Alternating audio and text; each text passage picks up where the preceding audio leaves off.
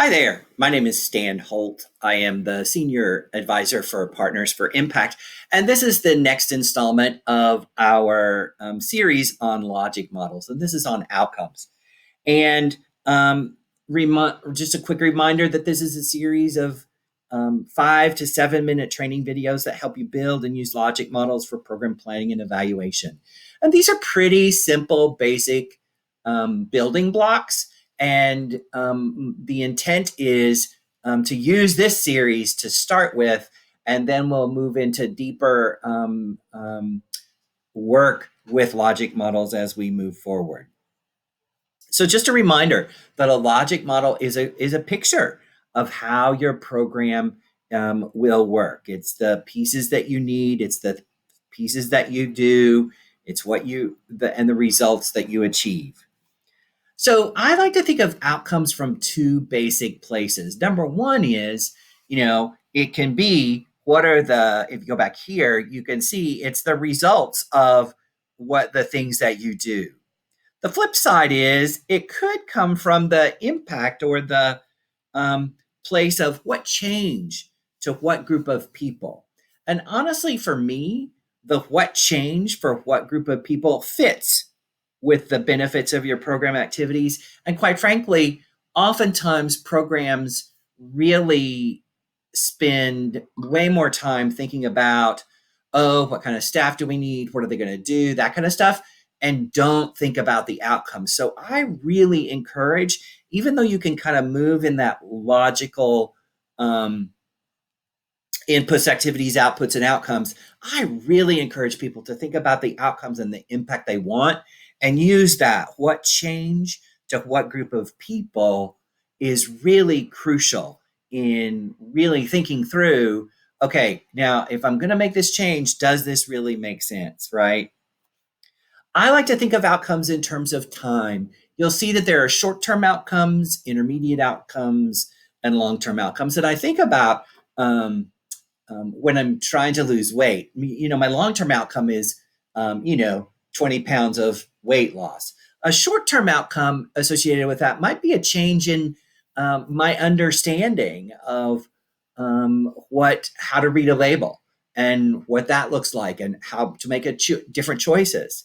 And that kind of leads me to the next thing, which are the common things about outcomes, are we see changes in knowledge, understanding, attitudes towards things, beliefs, and most importantly, behaviors. Now you can take this, and certainly you can have things that are,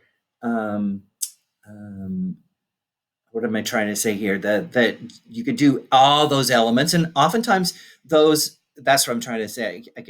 Is that right? Those two, the time and the knowledge, attitudes, beliefs, and behaviors, oftentimes go together, right?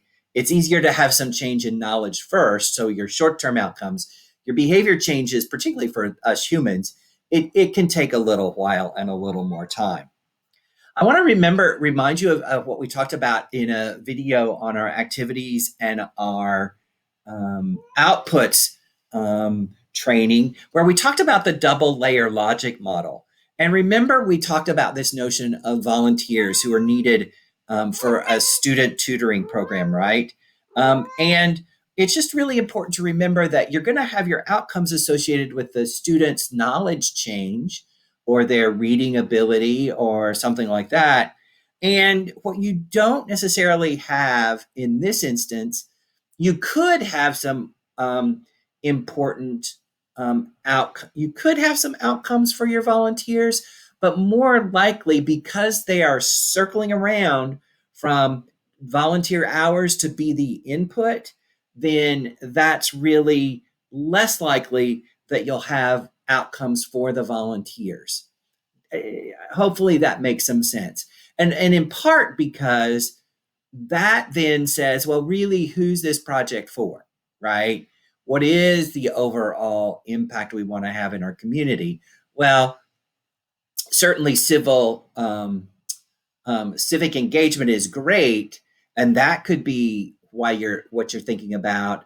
But tutoring and literacy levels really may be the focus of what you're trying to accomplish.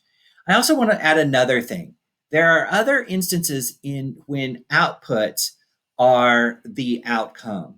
And those are particularly important when it comes to accessing things. And I've got a couple of examples here. For example, food, healthy food that's distributed and available in a food desert, right? That's an access issue. And if people can access it, that in turn is the kind of end product, if you will, of that particular program or set of activities and outputs. The same is true for accessing health insurance. Now, you can flip it and you can say that, um, you know, people will have nutritious food, right?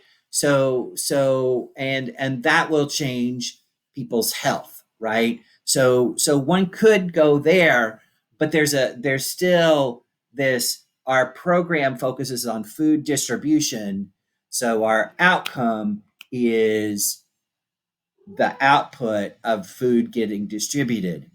Our program is not about healthy food for people. It's about distributing food. So those are subtle, but real important, and we'll keep talking about these as we kind of go through this series. So I want to thank you for taking the time to learn kind of the basics of this logic model. This concludes kind of the short series, the short introductory series on logic models.